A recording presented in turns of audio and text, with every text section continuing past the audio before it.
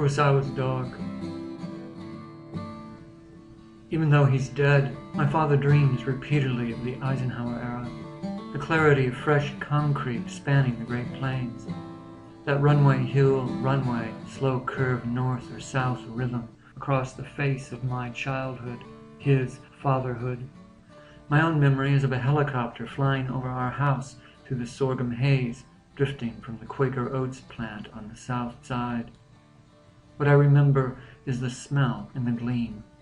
My father pointing to a dot in the sky as bald as Khrushchev, saying, "Look." I'm considering buying a gun. I suspect this is the result of my father's dying. I know his anger fuels it. Anger at his father for giving away the farm or stealing the hog he raised on kitchen scraps. Anger at his mother and her rattlesnake of braids. The Navy tattoo stinging where he razored it off. I want the crispness of the shot, the recoil, the settling in again on the target. In those years, 1956 into the early 60s, my tumbling tow-headed with a busted lip along the riverbank while he hauled up catfish or carp the size of my arms and knocked back beers. And those slow, sad trips through towns with Indian names to the farm.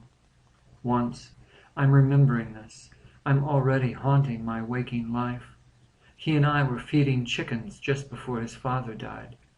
It was Sunday, and he was still wearing his pressed Sunday shirt, so when the sun angled through and hit him, he disappeared above his pants, from torso and target to nothingness, as clear as albumin.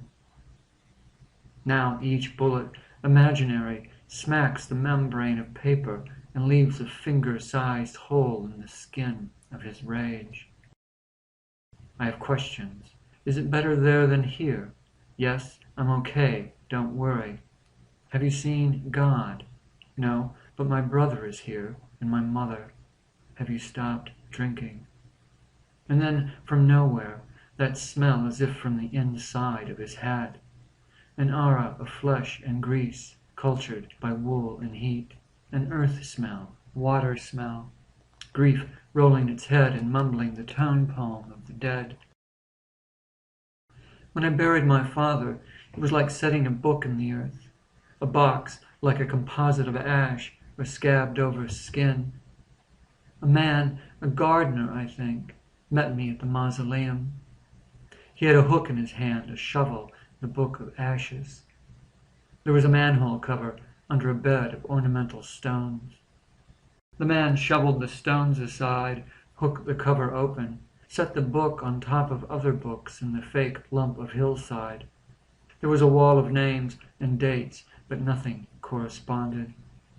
My father was not a letter addressed to God, more like the top book in a stack of books next to God's unmade bed, something from his to-read list, some ash fiction.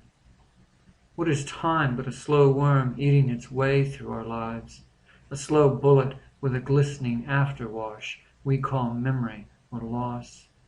Khrushchev arguing with Nixon over kitchen appliances, Francis Gary Powers, a black spirit falling from the sky. My father's one and only love, perfecting the casserole. And then one day, when I'm doing dishes, I know I have lost him. He will not return. I wonder if I've offended him, loved him too much, not enough, relished in his sins, which were many, too readily, my own, which are partially his. Where does rage go after we die? Is it picked up like a flu or virus, a temporary haze, or does it cut through whoever remains like a back pasture creek bed? Dusk moves like gold paint over everything. Clouds shift, trees spring and collapse. I dream I'm Kurosawa's dog. I trot with a severed hand in my mouth. It's that moment in Yojimbo, a film from 1961, the Eisenhower years. I wonder, did Ike see it? Did Nixon? Did that helicopter ever land in our town where we were never really happy, but always poor? It is okay at first, this feeling, because I am trotting and somebody, not me, is staggering backwards. My father is Toshiro Mifune, or God, Eisenhower, is Toshiro Mifune, trapped between some self-serving clan of alcohol and rice, another like their shirts of silk. Landscape reduced, it will become our fear, to smoke and to ash. And then it is my own hand in my mouth. I am biting the hand, cooling me down.